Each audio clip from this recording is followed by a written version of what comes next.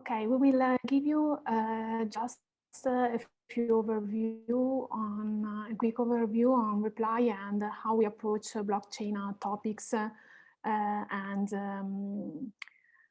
also the kind of activity we are performing. For the one that do not know what Reply is, it's an international company started in Italy that is covering all the topics that are listed here, and as always has an innovative DNA, let me say, that bring us to work on new topics called this way since the beginning. And it happens also for blockchain that we are following since almost 8 years. So basically going forward in the presentation, Reply as an increase year over year thanks to this kind of approach. And then we can also say that the covering, as I said, of the company is basically worldwide with a strong presence in Europe, but since several years ago, due to automotive sector and in particular FCA and CNH, we started a lot of activity also in US and in the last years also in East China and India.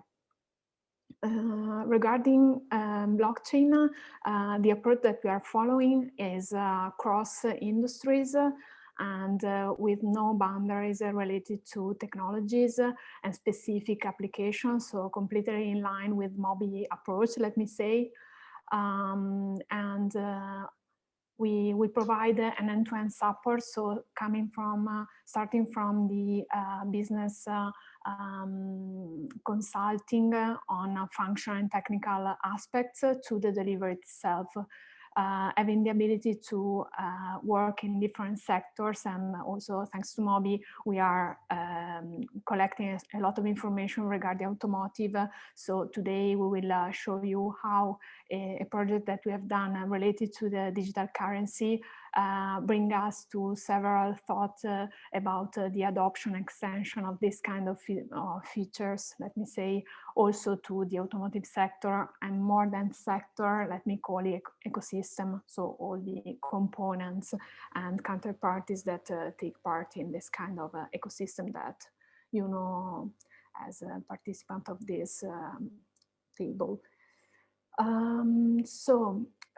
The last thing basically that I want to share here, you have some example of the kind of project that Blockchain Reply, that is the company inside the network of Reply, is focused on the topics. And they go from insurance sector to finance to marketing, energy, a lot of different industries that gave us the possibility to test the technology and the functionalities that blockchain brings, and also its own capabilities in different use cases. And we think that it is important to have a complete view on the applicability of blockchain to the different use cases. And at the end of the day, we can say that it's like a building block inside a wider solution. So it's let me say a lesson learned that we think it's really relevant to understand and manage blockchain the proper way. Okay, so in the following slide again we have some additional cases, but I leave directly the word to Michele that will share with all of us both the project, as I mentioned, related to the digital euro, and also some thought that we want to comment also with you if you want at the end regarding again how a digital currency can help the evolution and speed up of the automotive new wave, let me say, related to all the connectivity and services related to automotive that will be always be more connected to the vehicle itself than to the driver. Okay, I leave you, Michele, to you. Okay, Thank you very much, Daniela. Thank you everyone. This slide was only to show you, for those who loves icons, the technologies and the platforms and the kind of activities that we do. That on one hand shows you, for those who know some of those icons, the broad approach that we take. We are not vertical on a specific technology. We are not, even though we are Ethereum enthusiasts and EVM enthusiasts, we work also on Hyperledger Fabric or Corda or DLT technology with a broader aspect, not only public and permissionless blockchain. So at the same time, we do the design and development of projects. Today, our focus will be regarding the report on a digital euro. In October 2020, a few months ago, the European Central Bank, the ECB, published a document about the need of a digital euro in terms of a currency completely digital and managed by a central authority, in this case, the European Central Bank, according to the Eurozone, the Euro area. The paper is a need. We have here reported in this slide the words from Fabio Panetta about the need to create a digital currency. Inaction is not an option. The position about this kind of technology is not if it will be necessary to build it and if the people need such kind of technology, but how we create this and how we make it in the best way possible for everyone. The paper and the related call for contributions that went out after the paper were aimed at everyone. Public citizens, enterprises, banks, everyone was asked to provide a consideration, provide a suggestion, a prototype, everything around the definition of the digital euro. Not only in terms, as we report today, in terms of technology, in terms of protocols and blockchain or DLT platforms, but also in terms of interfaces and simplicity of usability. After this report was published, the call for contribution gathered more than 8,000 contributions from all over the world, and the contributions were on any kind of aspect, as I was saying. One of the most relevant elements that came out regarding the interesting topics and the critical topics around the digital euros is privacy and confidentiality of this kind of technology. I'll do a brief disclaimer. Clearly, we don't want to we will not, hoping you won't leave us after my sentence finished, but the idea is that we will show you what we did here in Italy with Italian banks, and how this solution is absolutely compatible, and an analogous and similar solution could be applied also to mobility. So today we want to show you the reply contribution to this kind of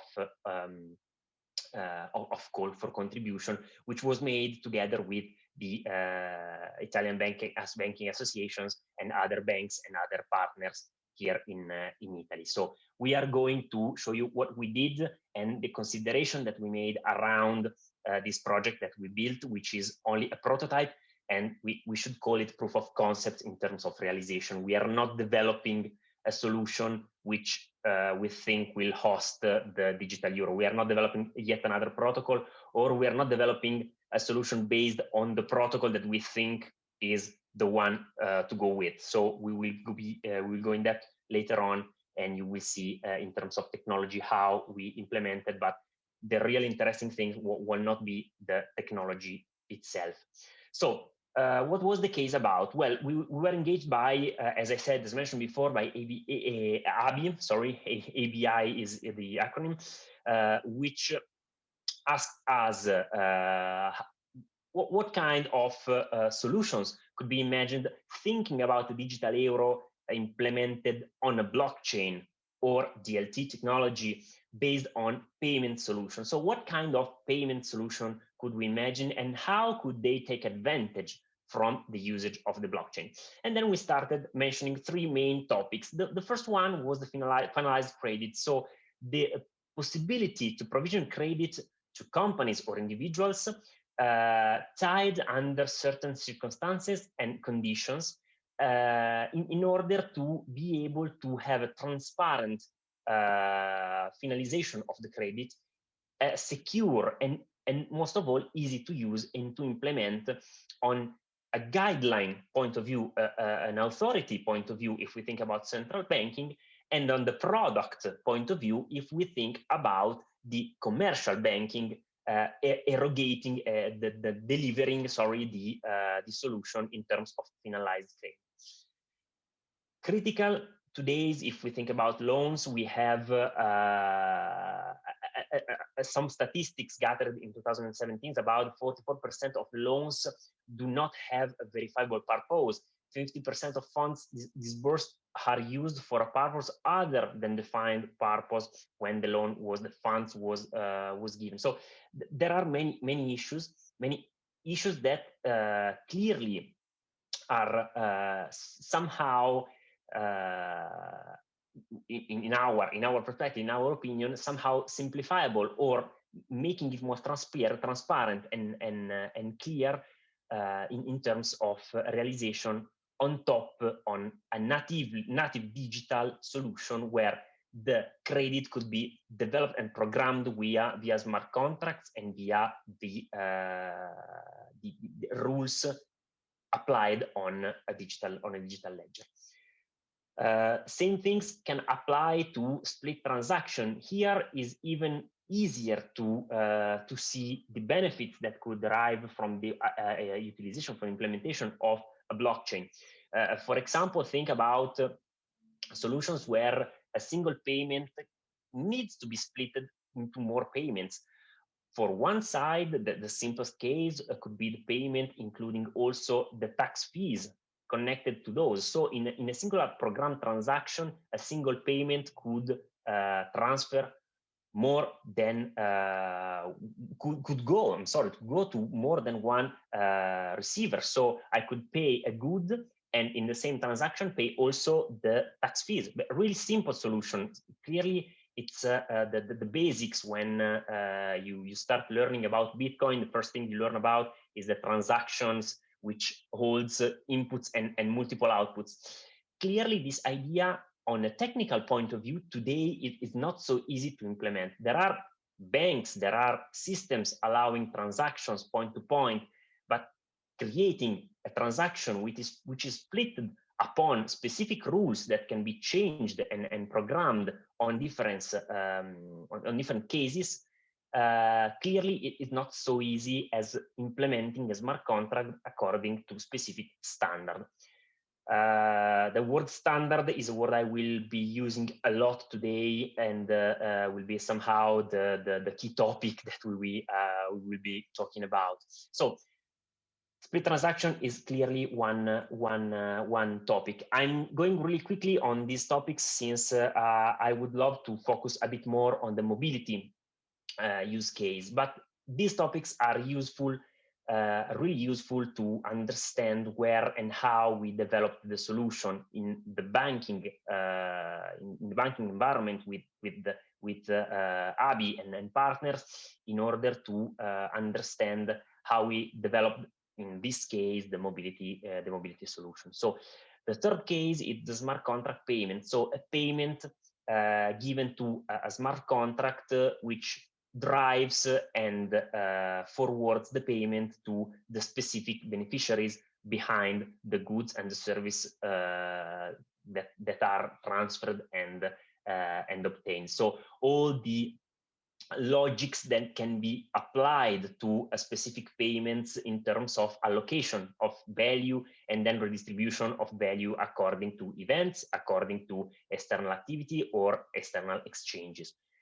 Considering the transparency and the security, and most of all the transactionality of all these activities. So smart contract payments could be also a way to solve delivery versus payment issues, clearly when we talk about digital solution and digital ownership. So this clearly is something that a digital euro, a digital currency, more than a digital euro, here we're talking about digital euro, but any digital currency could solve by implementing standards and integrability with clearly something like smart contracts, so rules that can be applied to transactions or to specific payment contexts and situations. So, having said that, the next step was, let's focus on a specific case and let's try to build a solution upon this specific case. And so what we did was to build a digital platform. In this case, we cherry-picked from the 3 scenarios that we developed and we thought, we imagined about the usage of digital currencies, and put together a solution based on real estate purchases with mortgages. As you might know, when you buy a home, when you buy a house, you will need to, if you don't pay the whole house at one shot, you maybe will need a mortgage, which is a banking product, commercial banking product, which holds within a lot of elements that we saw in the analysis that we made before. So the term of the finalized credit, the credit given by the bank finalized to the purchase of a specific home, and then the split payments, considering all the actors involved in the mortgage and in the building acquisition. So if we think the real estate agency, the notary, all the other actors that might be involved in the execution of a purchase of a house, a home. Today, I'm sorry, I'm referring to the Italian market, the Italian sector. I know that this thing applies also in other countries. I hope this, I would love to know at the end whether in other countries there are already better solutions. But here in Italy, what happens is that you have to find yourself in a notary office or in a bank where a notary is there and sign and exchange papers for the payments that have been made through banking accounts. So bank transfers have been made and the notary must certify that the transfer have been made. And then with that certification given by the notary, the ownership of the home, the property of the home, of the house, is then transferred to the buyer. This involves people being in the same room, a notary signing something that already happened. The bank transfer might have already been done by the end user. There are a lot of events involving money transfer which are not transactionally atomic. What do I mean when I say transactionally atomic? I say that even if some of those transactions are not completed or are not completely executed, or on one hand, there might be something that the notary says, make the notary say the mortgage cannot be done, then what happens? Happens that all the money transfer already been allowed, already been requested, should be deleted or changed upon the event that stopped everything.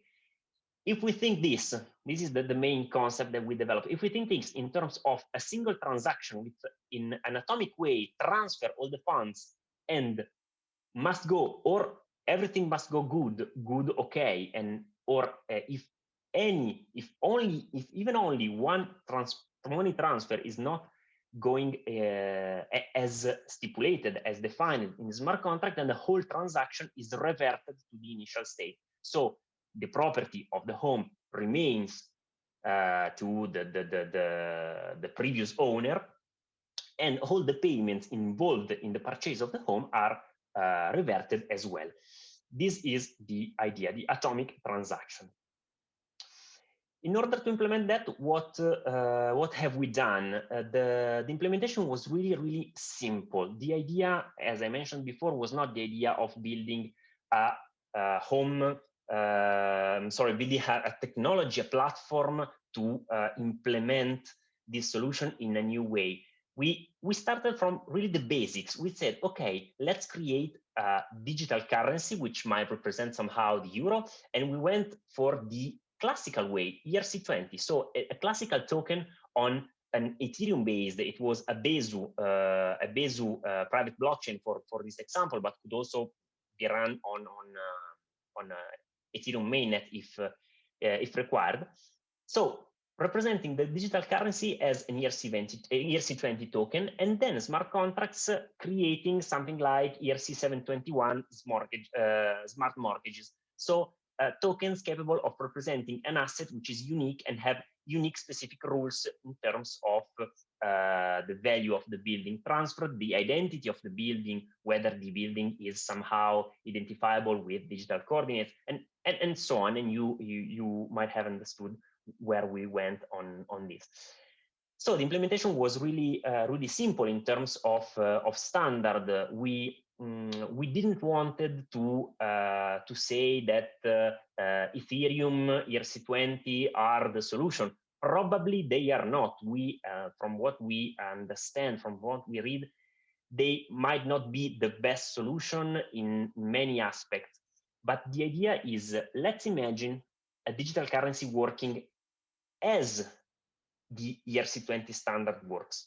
Maybe with different kind of wallets, which might be bearer wallets or account-based wallets, or a mix of both. We are not saying that in the solution, we are suggesting that bearer-based wallet are the best solution or account-based wallet are the best solution. This is not focused on the technology itself, but using the current existing technology, which has been used for a lot. We are talking about standards which are not brand new. The ERC and the Ethereum and the virtual machine are not new technologies in blockchain and DLT world. So the disclaimer was really, let's build the solution and let's see what happens with the solution is implemented. What are the benefits that we could gather and understand?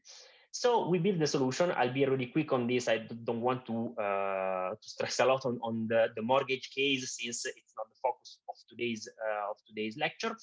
But the idea is that we developed a web application capable of defining smart contract rules for the mortgage, so the value of the building, the amount of digital euros to be transferred to the bank, to the notary, to the previous holder, and fees for the transfer of the money. Everything recorded in a smart contract capable of executing all the transactions at once. So the actions involved was really, really simple. In this slide, really quickly, we are showing the two main elements that we use. So the creation of the digital asset, so the commercial bank creating a spending plan, the approval by using the standards, yet again, ERC standards on transfer owns a specific action called approve. So when I transfer a specific token,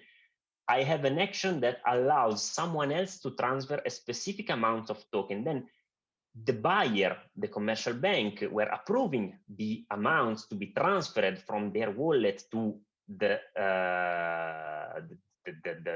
notary, the real estate agency, and so on, and the bank, and so on. And then with the notary in presence, operating on a smart contract with an authority level, executing in a single shot, in one single transaction, all the transfer to all the participants of this purchase, of the transfer of ownership of a building.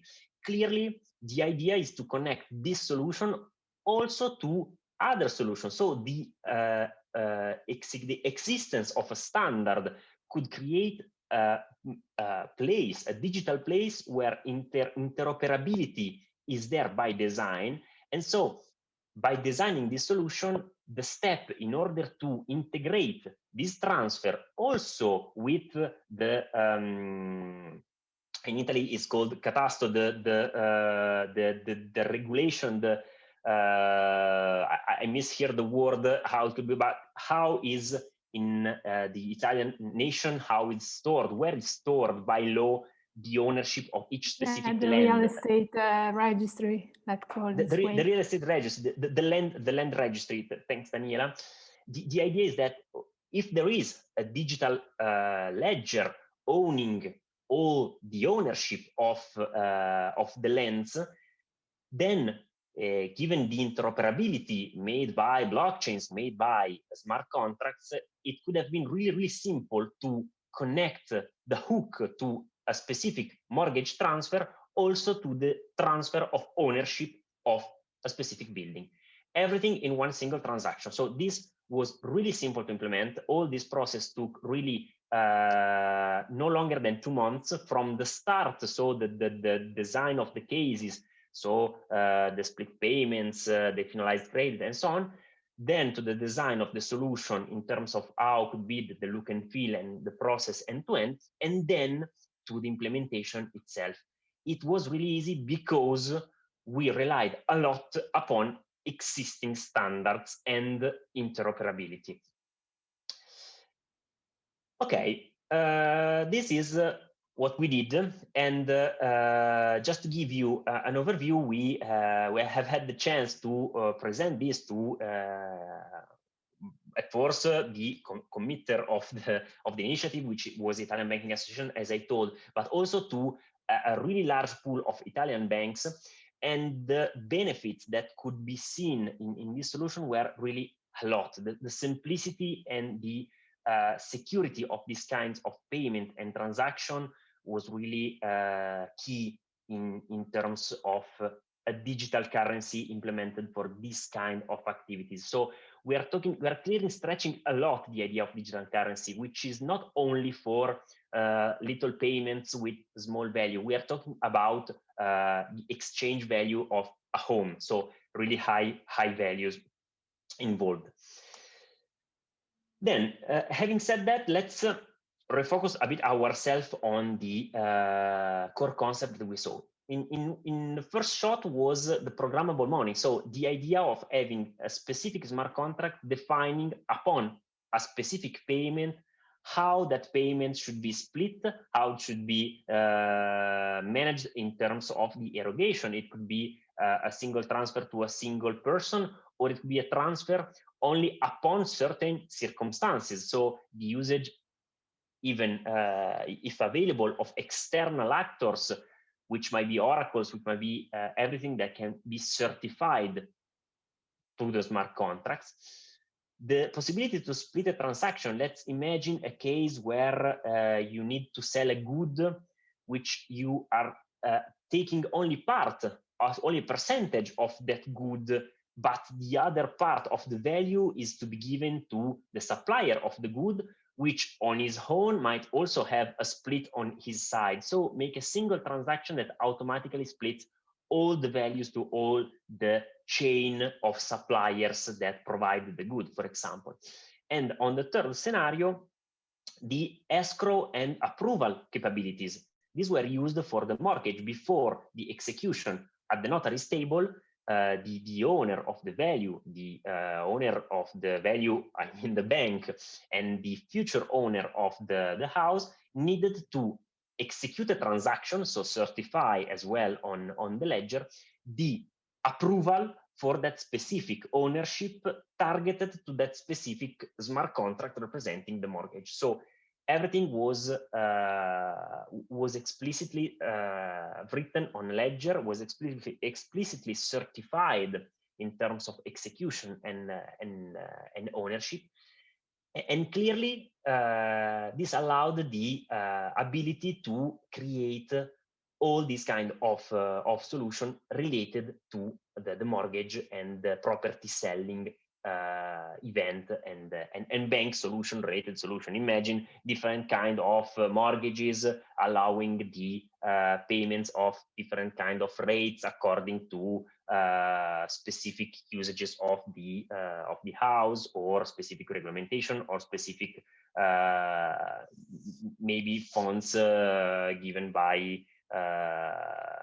nation level, on a regulatory level, on whatever might be. So all these things, if we think them around the vehicle, we have a lot of cases. I think if you have followed one of the Mobis lectures or the Mobis topic, you might already know many possible and potential use cases where payments are strictly related to digital ledgers and to standards in order to optimize and streamline all kinds of communities and services which might be integrated services. So services made by different providers and with multiple providers involved together with the same kind of service. And clearly, the creation of a standard of the VID is a strong and a great first step into the creation of the identity and owner of the vehicle. And so by creating the identity of the vehicle, we are creating something which is really close to the token, the smart mortgage, smart contract. So something that is capable of storing and redistributing the value according to events, according to specific facts happening around or because of the vehicle itself. So the idea is that you could use the vehicle clearly as a wallet in terms of payment. You could, let's imagine the scenario that we want to share together with you is clearly the vehicle used as a wallet in the context of the sharing economy. So imagine, I'll skip ahead to the following slide in order to show you the case and how a digital euro or a digital currency could improve a lot this kind of elements. Let's imagine that today you want to use a vehicle in a completely car sharing way. So the first thing you will need to know, you will need to log in to a specific app or a specific service of a specific provider, requiring you to provide all documentation, that you have a driving license, that you can drive the car, and you can pay for that. And then start using the vehicle, paying a fixed fee for miles or for the speed or whatever kind of route you are doing. Well, and everything that is connected to the usage of the vehicle needs to be paid. Well, maybe it's connected to the service given by the provider. Maybe it's not. You need to pay with different solutions and with different payment methods. Then imagine a solution where there is infrastructure which holds a blockchain or a DLT for payments, and which should be the clearly the CBDC digital currency infrastructure. Clearly, if we install smart contracts into this equation, we could find a solution where we could store, as we approach to the vehicle, we store a specific amount of digital currency, digital euros, within the wallet, within the smart contract of the vehicle. And then according to whatever happens around the vehicle in terms of the usage of the vehicles or the digital services used within the vehicles, the easiest example is I want to listen to specific music, specific albums, or have specific podcasts, I don't know, whatever it might be. So everything could be paid with the single wallet used initially by the user, where the user transferred all the initial values. This could be connected, of course, with another smart contract allowing the reimbursement for any kind of accident that could happen. So also the insurance could be paid with this initial allowance given by the user. And then all the connected services, for example, route tolls, the electric charge of the vehicle, and parking bills, and whatever, car wash, and whatever services are connected. The really interesting element of this is that if we could be able to implement something like this, something like a smart contract managing the transfer of the amounts on behalf of a specific user upon its authorization, then we could build a solution where, for example, the electric vehicle could pay the bill for the charge, but could also receive funds if the vehicle is charged, and then the battery of the vehicle is used in order to balance the network of the car park. So as a network balancing, the network company, the electric company that gave electricity to the car can then automatically pay back the electricity to the car, giving back to the network the power in order to have balancing, in order to manage the overall parking lot or charging station, a correct energetic balancing for charging other vehicles and other elements. So in this case, whether the vehicle is stored in the park for a long time, the user parking the vehicle in that specific parking lot might also receive some discounts by leaving the battery as an accumulator for the specific parking lot for energy balancing.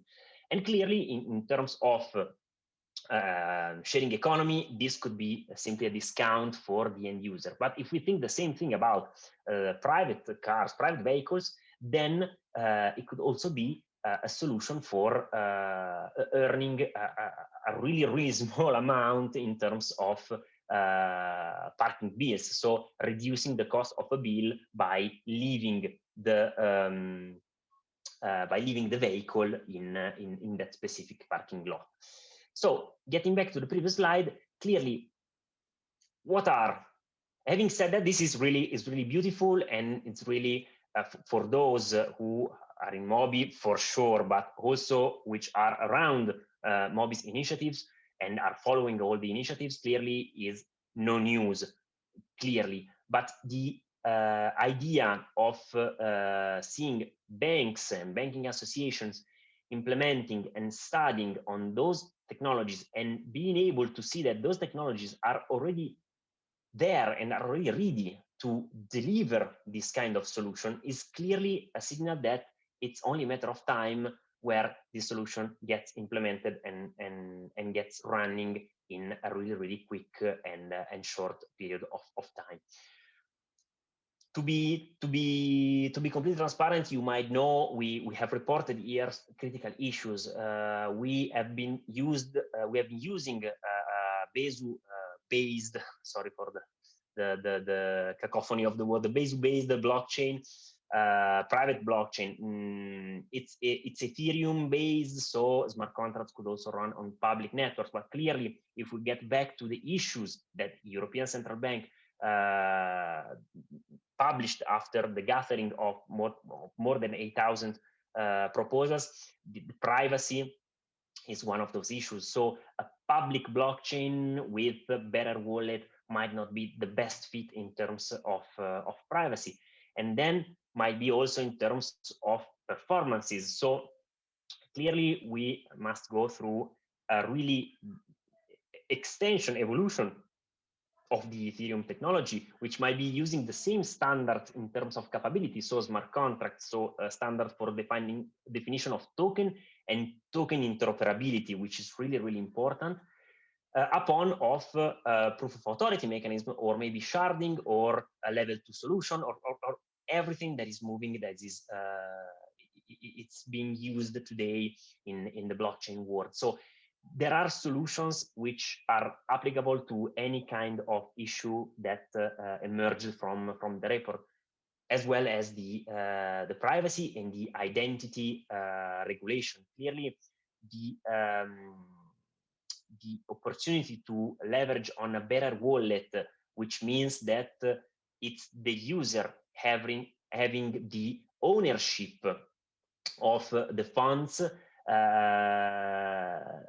then might not be correct according to the regulation, the Italian regulation or the European regulation. But in order to be compliant with those, there are already technologies capable of doing as such.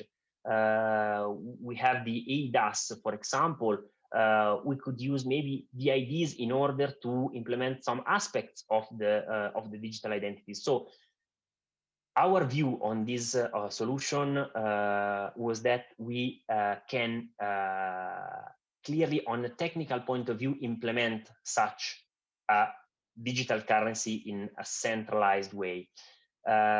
Clearly,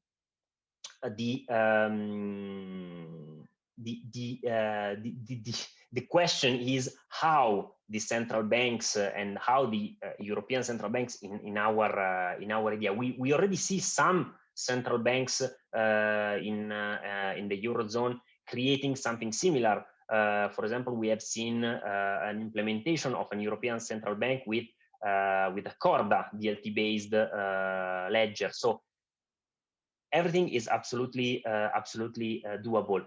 The point that we want to show you, that we want to present to everyone, that was really important and was a really important outcome, was that such kind of technology could open the opportunity for a very broad scenarios for integration, for a vehicle which holds value and then pays for all the services and all the activities and all the functions and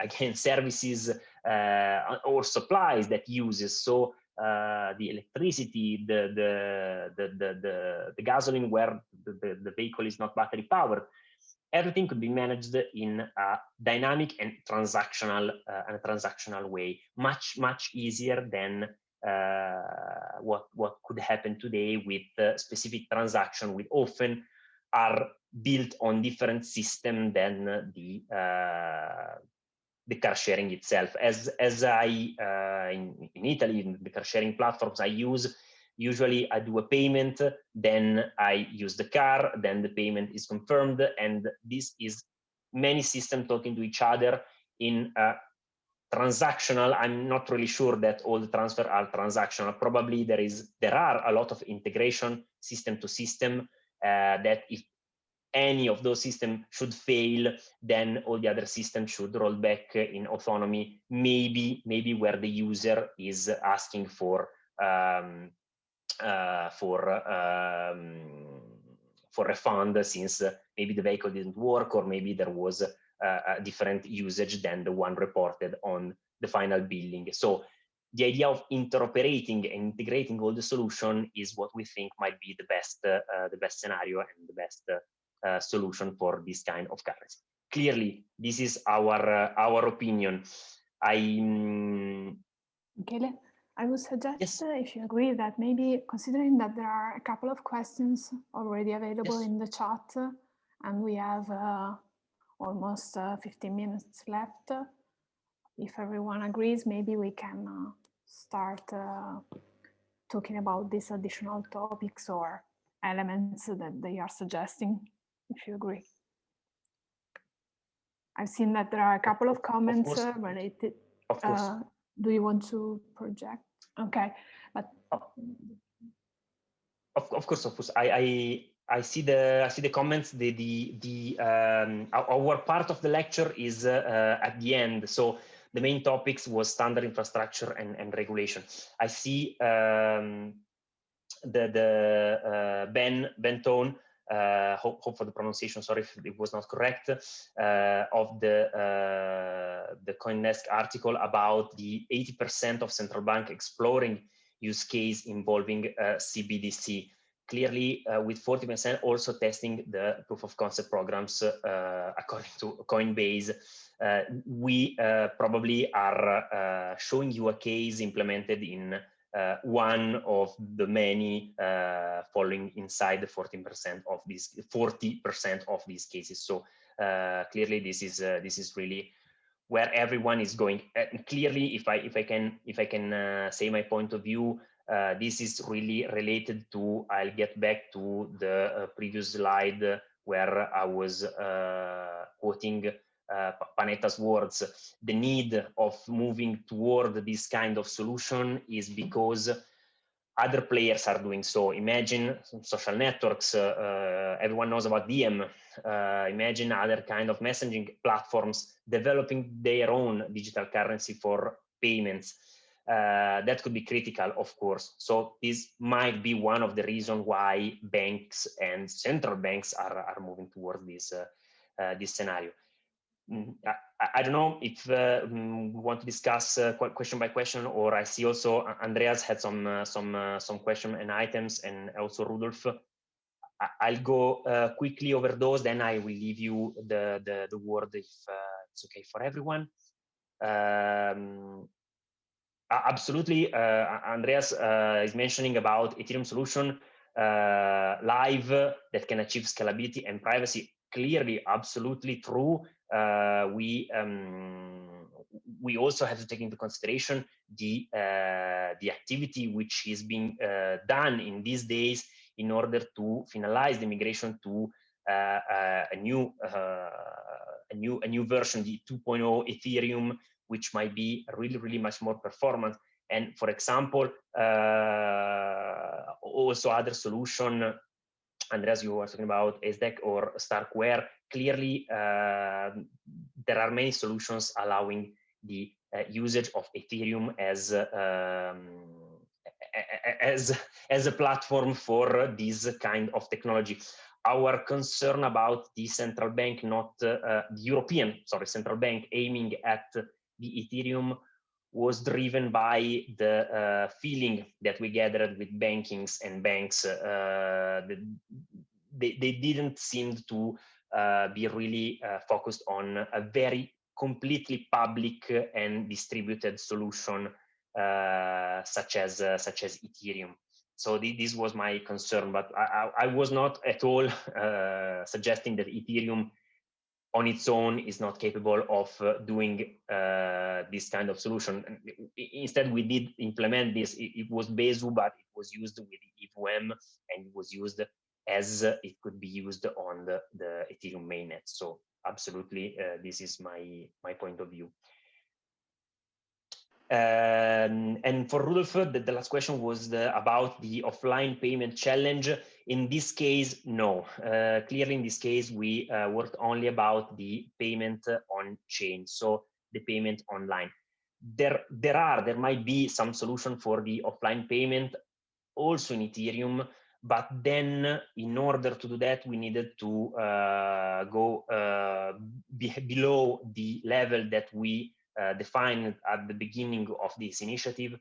So we needed to deep dive into technology and to implementation and to technologies. So for this specific activity, we did not went for the offline payments. Clearly, that is another great topic that needs to be assessed, and we are working also on that, but on different channels, on different tables.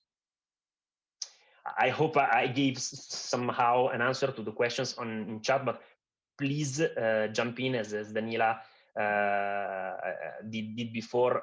Thanks for that, and please, I would love you to understand your feedbacks and your ideas around these topics, and what do you think this is the maybe possible solution, possible evolution of this idea. I said another couple of questions from Toshiro Kurasaki. Hope I'm reading the name correctly. So the first one was, as for real estate transaction, do you need notary if we utilize blockchain technology? I assume attest things. That is a really good question.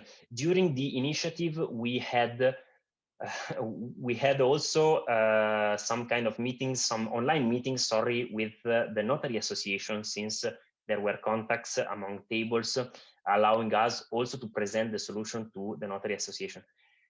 Clearly, the topic was when we have a ledger notarizing all this kind of transaction, and if the identities, and this was the real topic, are managed in a transparent way, then probably the role of the notary is no longer needed. This was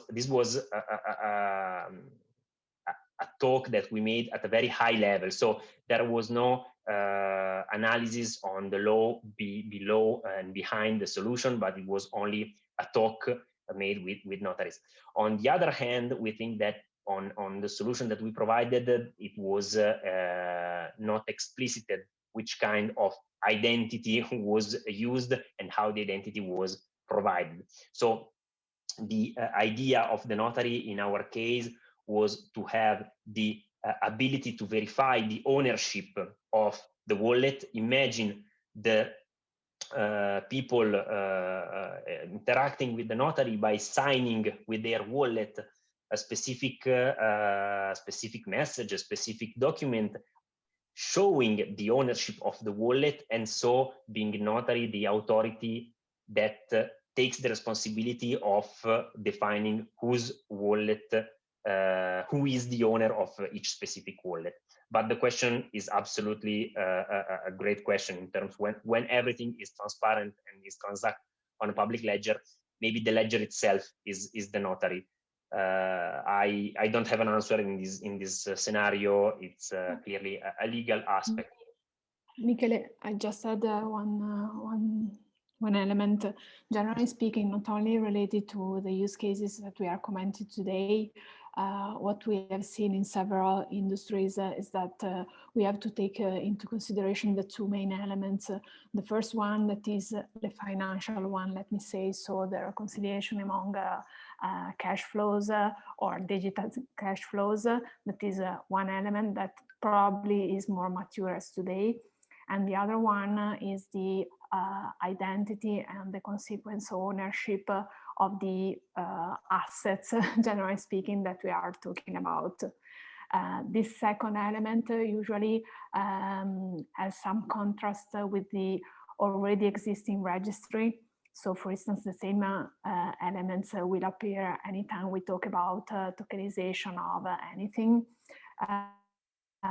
So it's important to consider both, and at least in my opinion, there could be, let me say, an advantage, even if we start addressing one of the two and then working forward to cover both of them, because they are both really relevant, and today has a lot of level of improvement that can be applied. So this is just a comment, because is common to a lot of use cases, not only the specific one and the specific registry related to the real estate. So just to share with everybody. Sorry, Michele, I leave you the word. Thank you, Daniela. There is a second question related to the exchange against other currencies. For example, USD or GPY, and should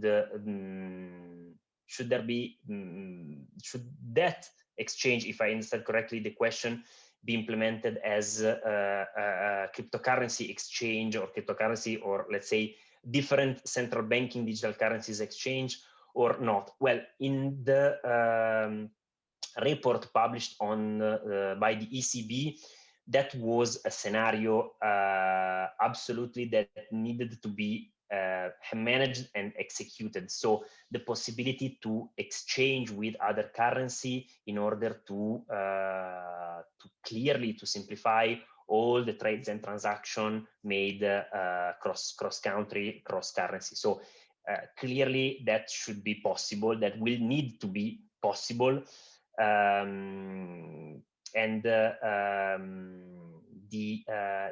Again, in our scenario, in our analysis, this was not designed, was not analyzed and discussed with banks. But my opinion is that if we think about again, if we simplify the solutions, if we think again with standards, for example, the Ethereum standards, there are also a lot of standards, again, ERC standards, in order to exchange the value with value store on other blockchains.